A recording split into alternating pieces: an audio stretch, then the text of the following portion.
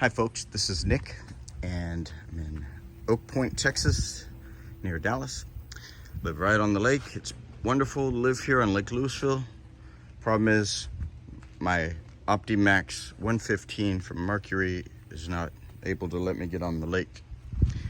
And so the problem is I'm getting the 4 beeps every 2 minutes issue, which if you're watching this, you're probably having. I've researched this with a lot of videos, and I'm pretty sure it's the sensor that is in there telling me that the oil is low, yet it's not really. And the problem is, as you might have discovered on other videos, the sensor has a magnet that's supposed to float up when the oil is high enough, and the float probably goes up, but it doesn't take the now detached magnet with it. There's a little tiny magnet that's supposed to stick to it, and the glue has become worn out. So, and this is a 2012, so after 10 years, and it's 2022, after 10 years, I guess the adhesive is shot. And I put my depth stick in there, my probe, my little camera, so I can see. And I did look in there, and I did see the magnet that has been separated. At least that's what it appears to be. I did drain the oil. This particular unit, unlike some, is not easy to get into. So I actually melted a hole. If you're able to see in there, unlike a lot of the oil tanks for the other Optimax engines, this one has lots of chambers and valleys in there, and so it's not as thick as it looks. You can't look down into the cap and see anything. And it actually is very tough. You can't even get anything down in there. It was tough to pump out the oil. So what I'm doing is I discovered where it is. I've melted with my little tool here, just a piece of metal, a scraper, a putty knife, I guess. Use my blowtorch to heat it up really good, red hot, and then you just melt it. I don't want to cut because I don't want to have fragments of plastic shooting in there that I have to clean up, and it'll get clogged up in the oil later if I get this repair done successfully. So I melt it.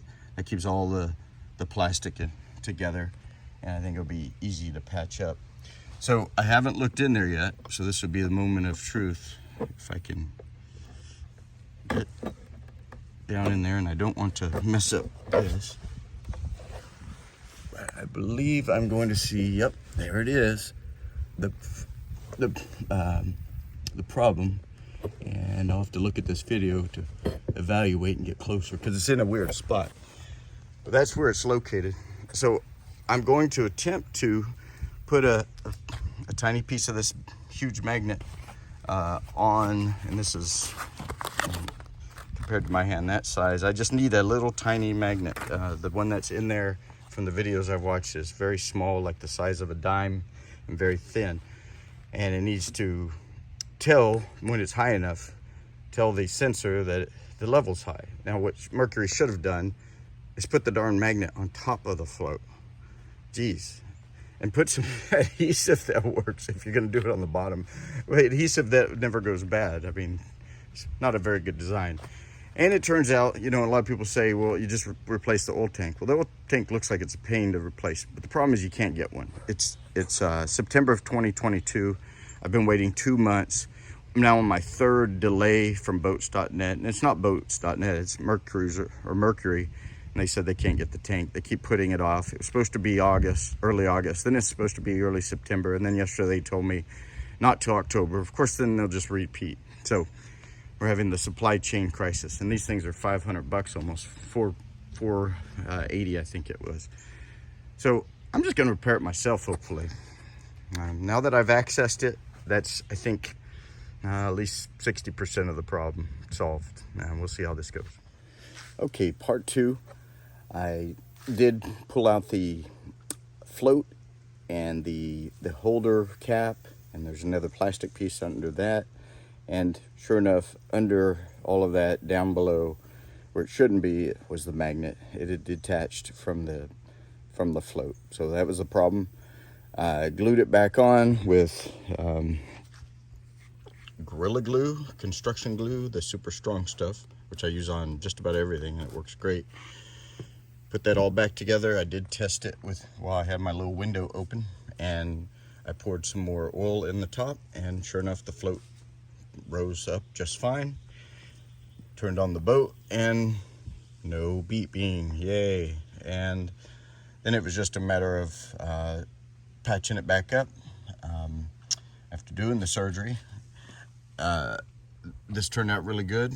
I first put some epoxy plastic glue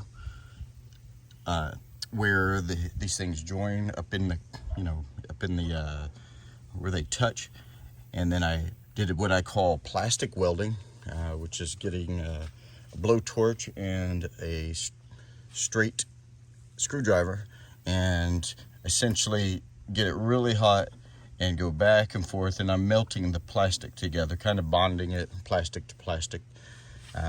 Got to get it red hot to do that. I've done that on a lot of things, so I've had a little bit of experience putting plastic back together without just glue. But to finish it off, as you might see with this shine, I covered it with more of this and waited 24 hours. That's just some really solid glue, and I feel like this is going to hold just fine. That's all that matters, as long as it doesn't leak. And I'm good to go. I'm now going to get my $480 back from boats.net. I don't have to worry about the shipment being delayed month after month, and we're good to go. My son has a bass tournament this weekend, and he'll be able to go. So I'm really happy that I did this for free. I guess my only cost was my time and a little bit of glue. Thanks for watching. Hope this helps. Well, proof's in the pudding. Heading out, and no beeps. Things are running good. I'm very happy that I saved myself a lot of money, and my son can go fishing this weekend in his high school tournament. And this supply chain problem we're having, well, sometimes you just got to fix it yourself.